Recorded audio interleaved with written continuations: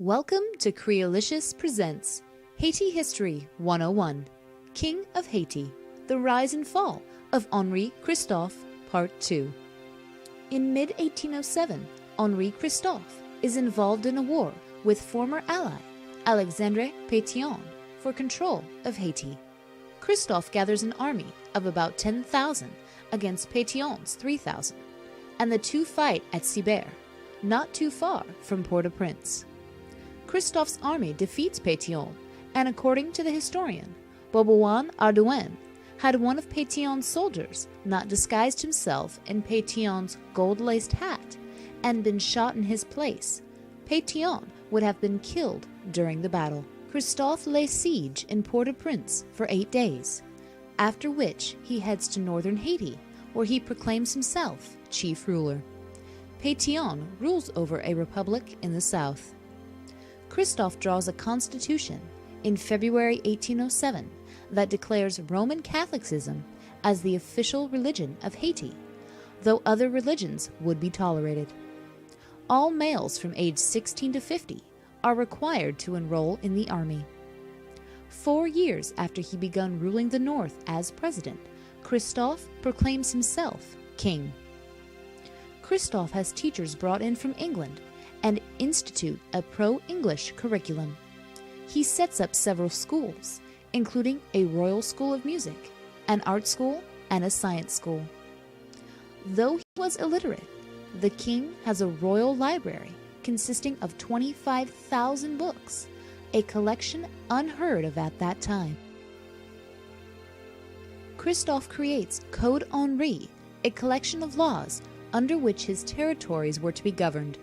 Under Christophe's rule, northern Haiti thrives, especially in regards to agriculture and the arts. This is a copy of an opera that was created by Count Rosier, one of the nobles of King Henri's royal court. Christophe is very hostile to the French, but embraces the British.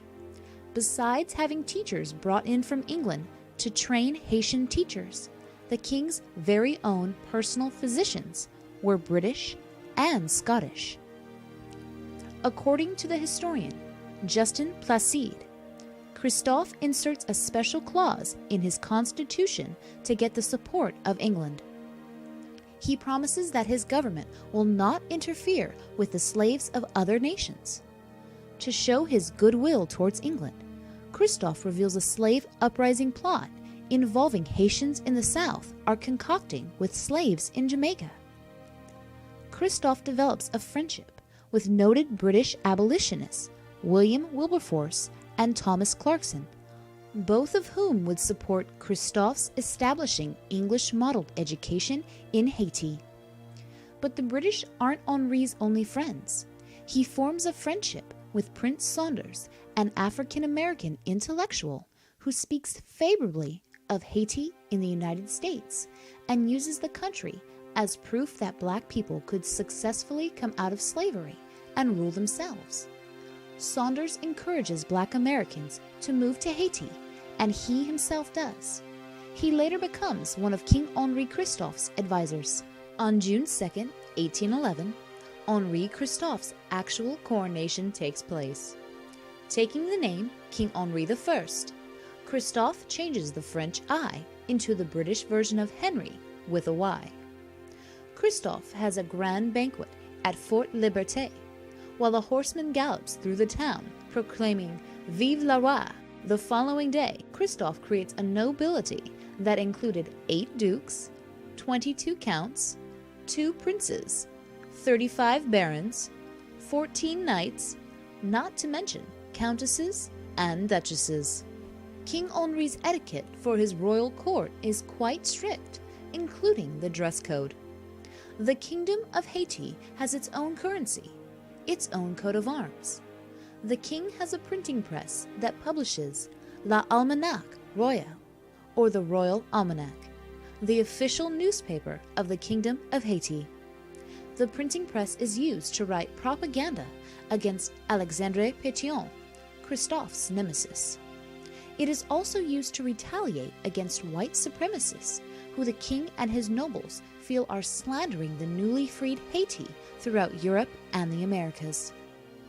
King Henri has 10 palaces built all over his kingdom, including the Sans Souci Palace, his kingly residence. Queen Marie-Louise hosts several parties there. The historian Williams Wells Brown describes the Sans Souci Palace this way. The halls and saloons of the palace were wrought with mahogany. The floors were laid with rich marble, and numerous high fountains furnished coolness and a supply of pure water to the different apartments. Christophe held a levee on the Thursday evening of each week, which was attended by the most fashionable of all classes, including the foreign ambassadors and consuls. But the building that was to take people's breath away was Citadelle Henri, later to be called La Citadelle La Ferrière, a mammoth fortress that King Henri Christophe has built on the tip of a mountain. Construction had begun while Dessalines still ruled, but Christophe completed it. The fortress had wells, dungeons, food storage houses, 365 cannons, bullets, and cannonballs. It even had a smaller fortress called Rémière.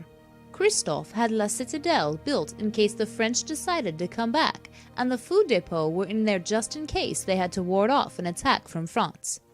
At this point, the idea of a French invasion didn't seem so far-fetched. French King Louis XVIII, still wanting to restore Haiti as a French territory, sent off a series of envoys to Haiti.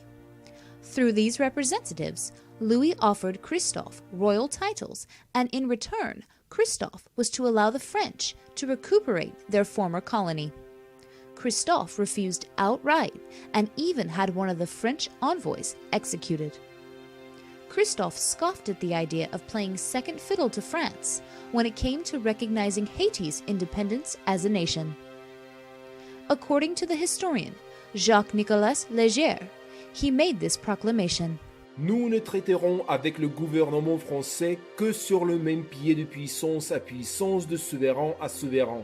Aucune négociation ne sera entamée par nous avec cette puissance qui n'aurait pour base préalable l'indépendance du royaume d'Haïti tant en matière de gouvernement que de commerce. Le pavillon français ne sera admis dans aucun des ports du royaume ni aucun individu de cette nation jusqu'à ce que l'indépendance d'Haïti soit définitivement reconnue par le gouvernement français. We will negotiate with the French government on equal footing, from power to power, from sovereign to sovereign. No negotiation will be entered upon with that country unless the independence of the Kingdom of Haiti, political as well as commercial, be previously recognized. Neither the French flag nor any Frenchman will be allowed to enter any port of the kingdom until the French government positively recognizes the independence of Haiti. While King Henri makes his hostility towards the French plain, he doesn't forget about another enemy. The historian Saint-Remy states that in March of 1812, King Henri Christophe takes advantage of Pétion's trip to Okai to renew the war with him. The king launched an attack on Port-au-Prince and overwhelms the forces of southern Haiti, commanded by Jean-Pierre Boyer. Christophe lays siege in Port-au-Prince for 3 months, while King Henri goes off to Saint-Marc to see the queen. 2 of Christophe's main generals join Pétion's side.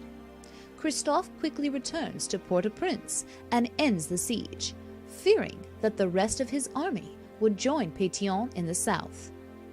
The historian Saint-Remy states that upon his return to his territory, King Henri had anyone he suspected of having sympathies with Pétion executed.